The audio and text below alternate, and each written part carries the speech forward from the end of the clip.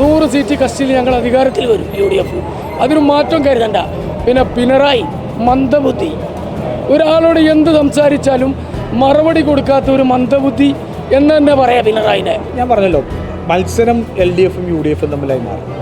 മത്സരത്തിൽ മറ്റാർക്കും, കാരണം ഇപ്പോൾ BJP പോലും നാമമാത്രമായിട്ട് നിൽക്കുകയാണ്. പിന്നെയുള്ള സ്വതന്ത്രന്മാർക്കൊന്നും വലിയ പ്രസക്തിയൊന്നും ഇല്ലാത്ത ഇതിലേക്ക് മാറി. അതുകൊണ്ട് നിങ്ങൾക്ക് എന്തായാലും നിങ്ങൾ സൂചിപ്പിച്ച ആ സംവിധാനത്തിന് എത്ര പ്രവർത്തനം നടത്താൻ സാധിച്ചിട്ടുണ്ടെന്നുള്ള മാധ്യമപ്രവർത്തക രീതിയിൽ തന്നെ നിങ്ങൾക്ക് തന്നെ അറിയാൻ സാധിക്കും. ഷൗക്കത്തിൻ്റെ തെരഞ്ഞെടുപ്പ് സംബന്ധിച്ചിട്ട് ഇപ്പോൾ അൻവറിൻ്റെ ഒരു തെരഞ്ഞെടുപ്പ് പ്രചരണവും കാര്യങ്ങളൊക്കെ ഒരു വെല്ലുവിളി പോലെയാണോ തെരഞ്ഞെടുപ്പിനെ ബാധിക്കുന്നത്? ഞങ്ങൾക്ക് അൻവറിനായിട്ട് യാതൊരു വെല്ലുവിളിയില്ല. പിന്നെ സുരാജ് എന്ന് പറഞ്ഞാൽ വടകര ടീച്ചറെ കൊടുത്തിട്ടതിനേക്കാളും വലിയൊരു സ്ഥാനാർത്ഥിയായിട്ട് ഞങ്ങൾ സ്വരാജിനെ ഞങ്ങൾ കാണില്ല. സ്വരാജ് ഞങ്ങളെ സംബന്ധിച്ച് ഇപ്പോൾ പറയുകയാണെങ്കിൽ ഞങ്ങൾക്ക് നല്ല അനുകൂലകരമായ ഒരു ട്രെൻഡാണ് ഇവിടെ ഉള്ളത്.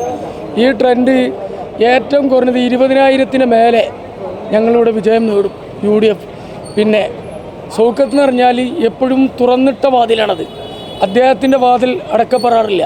അദ്ദേഹത്തിൻ്റെ പിതാവ് ഒരുപാട് കാലം ഇവിടെ MLA ആയിട്ടും മന്ത്രിയായിട്ടും ഈ നാട്ടിൽ ഒരുപാട് വികസനം കൊടുന്നൊരു നാടാണിത്.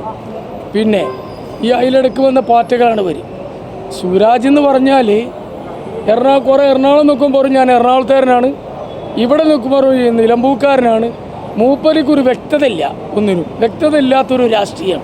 ഞങ്ങളെ സംബന്ധിച്ച് പറയുകയാണെങ്കിൽ ഇവിടെ ഏറ്റവും നല്ല വിജയം ഞങ്ങൾ ഈ ആദിവാസി കോളനിയിലൊക്കെ ഞങ്ങൾ പോയപ്പം ഷൗക്കത്തിന് ഏറ്റവും നല്ല ജീവകാരുണ്യ പ്രവർത്തനം നടത്തുന്നൊരു വ്യക്തിയാണ്.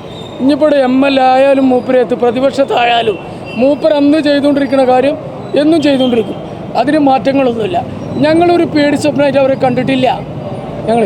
പിന്നെ PD സതീശൻ പറഞ്ഞ പാട് 26-ൻ്റെ സെമി ഫൈനലാണെന്ന് ചോദിച്ചില്ലേ, അതിൻ്റെ ഭാഗം തുടർന്ന് വെച്ചു. അതിൻ്റെ ഉദ്ഘാടനം കഴിഞ്ഞു തന്നെ പറയാം. അടുത്ത ഭരണത്തിൽ വേറൊരു നിലക്കും അതിനെ പ്രോത്സാഹിപ്പിക്കാനൊന്നുമില്ല. അവരവരുടെ കുടുംബത്തിനും അച്ഛനും മക്കൾക്കും ജീവിത വഴി ഉണ്ടാക്കുകയാണ്. എല്ലാത്തൊരു നിലപാടൊന്നും പിണറായിൻ്റെ ഭാഗത്ത് പാവങ്ങളെ സ്നേഹിക്കാനോ പാവങ്ങൾക്ക് ചെയ്യാനോ അതിൻ്റെ ഭാഗമല്ല. സവർക്കർ ഇപ്പോൾ ഇവിടെ CPM-ന് വോട്ട് ചെയ്യരുത് എന്നിട്ട് അവർ എതിർപ്പ് നടത്തിയത്. പിന്നെന്താണ് ചെയ്യേണ്ടവർ? അതിന് ഇത് ഞങ്ങൾക്ക് ഏറ്റവും നല്ല അനുകൂലകരമായ തരംഗമാണ് ഇവിടെ. പിണറായി സർക്കാരിനുള്ള ഒരു തിരിച്ചടി തന്നെ ആയിരിക്കും അല്ലേ? 100% പിണറായി സർക്കാരിലെ തിരിച്ചടിയാന്ന് കരുതിക്കോളി. അയാൾ ഏതായാലും മൂപ്പരിഞ്ഞ് മത്സര സ്ഥാനത്ത് ഉണ്ടാവില്ല, അത് ഉറപ്പാണ്. മൂപ്പർക്ക് വേണ്ടിയ കുടുംബത്തിന് വേണ്ടിയൊക്കെ മൂപ്പർ ഉണ്ടാക്കി കഴിഞ്ഞ് ഞങ്ങളിത് ഏറ്റവും വലിയ വെല്ലുവിളിയായിട്ടാണ് ഞങ്ങൾ എടുക്കണത്. ഞങ്ങളിവിടെ 25,000-ൽ വോട്ട് കമ്മിഞ്ഞ് ഞങ്ങളിവിടെ ഭൂരിപക്ഷം നേടും. അത് നിങ്ങൾക്ക് റിസൾട്ട് 23-ാം തീയതി റിസൾട്ട് വരുമ്പോൾ നിങ്ങൾക്ക് ചരിത്ര വിജയം നേടുമെന്ന് നിങ്ങൾ ഉറപ്പിച്ചോളി. പിന്നെ അൻവർ വെറും പാറ്റയാണ്. ഇന്നലത്തെ പരിപാടിയിൽ ബംഗാളികളെ വണ്ടി കയറ്റിനെ കൊണ്ടുവരുന്നത്. ഈ നിലമ്പൂർ മണ്ഡലത്തിൽ ആരാണ് ഉണ്ടായിരുന്ന വണ്ടിയിൽ? ഒരാൾ നിലമ്പൂർ മണ്ഡലത്തിൽ കാര്യപ്പെട്ട ആരുമില്ല. അറിയോ? ഇവിടെ നിലമ്പൂർ വോട്ടവകാശമുള്ള 10% ആളുകളുണ്ട്. പിന്നെ അൻവറിനെ ഞങ്ങൾക്ക് പേടി സ്വപ്നമല്ല. അൻവറിനായിട്ട് ഞങ്ങൾ മത്സരിക്കണമില്ല. അൻവറിനെ ഞങ്ങളൊന്നും പറയണമില്ല. പിന്നെ അൻവറെന്താ പറഞ്ഞോട്ടെ, അൻവറിന് പേരിന് ഞങ്ങളായിട്ട് ആ പിടുത്തം നല്ല നിലയ്ക്ക് പിടിച്ചു പോകാമെന്ന് പറഞ്ഞ് മൂപ്പര് വന്നിട്ട് മൂപ്പര് കോൺഗ്രസിൻ്റെ സ്ഥാനാർത്ഥിനെ തീരുമാനിക്കാൻ അയാൾക്ക് എന്ത് അധികാരം? അയാൾക്ക് എന്താ ആരധികാരം കൊടുത്തു? കോൺഗ്രസിൻ്റെ സ്ഥാനാർത്ഥിയെ തീരുമാനിക്കാൻ കോൺഗ്രസിൻ്റെ ആളുകളുണ്ട്. മൂപ്പര് വന്നപ്പോൾ ഞങ്ങൾ എതിർത്തില്ല. പിന്നെ മൂപ്പരിക്ക് ക്ഷമയില്ല, മൂപ്പരിക്ക് അധികാരമോഹമാണ്. ഇത്ര മാത്രമേ ഞാൻ പറയുന്നുള്ളൂ. മൂന്നാളും ചേർന്നുള്ള മത്സരമാണ് ഇവിടെ. CPM-ഉം കോൺഗ്രസും അല്ലെങ്കിൽ UDFും LDFും തമ്മിലുള്ള മത്സരമാണ്. തീർച്ചയായിട്ടും ഭരണവിരുദ്ധ വികാരം പരമാവധി ജനങ്ങളുടെ മനസ്സിലുള്ളത് വോട്ടുകളാക്കി മാറ്റുക എന്നുള്ളതാണ്. ഒരു സംശയവും വേണ്ട.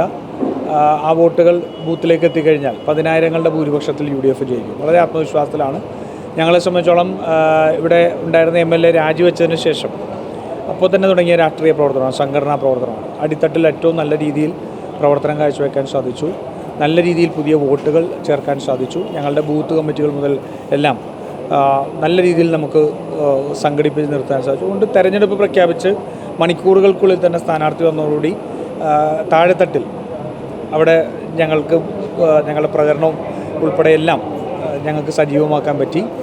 LDFിൻ്റെയും BJPയുടെയൊക്കെ സ്ഥാനാർത്ഥികളൊക്കെ വരുന്നതിന് മുമ്പ് ഞങ്ങൾ ഏകദേശം ഒരു തവണ ഭവന സന്ദർശനം പോലും നടത്തിയതിൻ്റെ ആത്മവിശ്വാസത്തിൽ. ഇന്നലെ പ്രിയങ്കാജിയുടെ പരിപാടി കണ്ടപ്പോൾ അറിയാം ജനങ്ങൾ വലിയ ആവേശത്തിലാണ്. അപ്പോൾ തീർച്ചയായിട്ടും ഒരു സംസ്ഥാനം മുഴുവൻ ഉറ്റുനോക്കുന്നൊരു തിരഞ്ഞെടുപ്പാണ്. പ്രിയങ്കാജി ഇന്നലെ സൂചിപ്പിച്ച പോലെ 2026-ൽ UDF വൻപിച്ച ഭൂരിപക്ഷത്തോടുകൂടി അധികാരത്തിൽ വരുന്നതിൻ്റെ തുടക്കം നിലമ്പൂരിൽ നിന്നാണ്. ആ ആത്മവിശ്വാസം പ്രവർത്തകരിലുണ്ട്. എല്ലാവരും ഒത്തൊരുമിച്ച് UDFലെ എല്ലാ ഘടകകക്ഷികളും ഒത്തൊരുമിച്ച് നടത്തുന്ന പ്രവർത്തനം തീർച്ചയായിട്ടും ഫലം ചെയ്യും. അൻവറിൻ്റെ ഒരു തീരുമാനത്തിൽ അങ്ങനെ ഒരു നിലപാടിൽ ഇപ്പോൾ CPM ഒന്നും വിട്ടു നിന്നോ ഇപ്പോൾ UDF ഒന്നും വിട്ടു നിന്നിട്ടാണുള്ളത്. അപ്പോൾ ഈ വോട്ടിൻ്റെ കാര്യത്തിൽ എങ്ങനെയാണ് UDFന് അത് എന്തെങ്കിലും ഒരു രീതിയിൽ പ്രതികൂലമായി ബാധിക്കുവാനോ അല്ലെ അങ്ങനെ എന്തെങ്കിലും ഒരു പ്രശ്നം ഉണ്ടാവും? അതുകൊണ്ട് അതൊന്നും യാതൊരു വിധത്തിലും ബാധിക്കുന്നതല്ല. തീർച്ചയായിട്ടും ഭരണവിരുദ്ധ വികാരം ഉള്ള വോട്ടുകളെല്ലാം UDFലേക്ക് വന്നു ചേരും എന്നുള്ളത് തന്നെയാണ്. അതൊരിക്കലും ഭിന്നിപ്പിച്ച് പോകരുത് എന്നുള്ളത് വോട്ടർമാർക്ക് തന്നെ നിർബന്ധമുണ്ട്.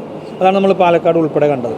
അപ്പോൾ അതേ ഒരു പാറ്റേൺ തന്നെ ആ ഭരണവിരുദ്ധ വികാരം UDFലേക്ക് എത്തുന്ന സാഹചര്യം ഉണ്ടാവും.